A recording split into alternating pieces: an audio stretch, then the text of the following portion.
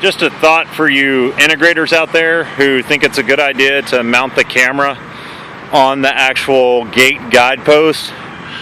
A lot of people don't realize, especially guys who aren't recording continuously or using some kind of compression that takes the exact same frame from before and tells the recorder not to record a new frame. It looks exactly the same.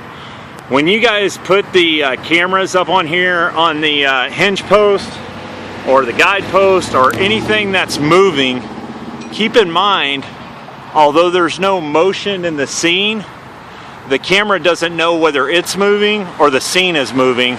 And what happens is you actually end up recording a lot more data than you actually need to, eating up more hard drive space, which is a precious thing until we get to zero cost storage.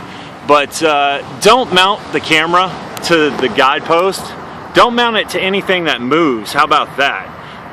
Or vibrates. It's just a kind of a smart thing. If you don't have the extra few $100s to set a new post, then find another career, because your customer will appreciate you installing it properly, especially when you're telling them that they can also save in bandwidth, storage space on the recorder and bandwidth on the actual infrastructure, because it's not recording every time that the gate opens and closes and vibrates the camera, and the camera thinks that it's actually motion and starts to pick up and record. The other thing is it's not putting any undue stress or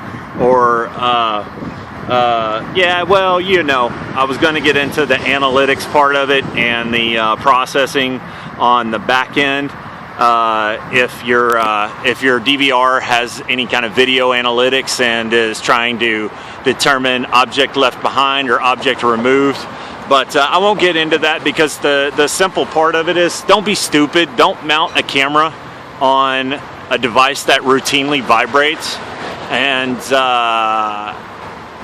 if you're a customer and you see that, question it, because it's cause for concern if you appreciate your storage space and your bandwidth on your infrastructure.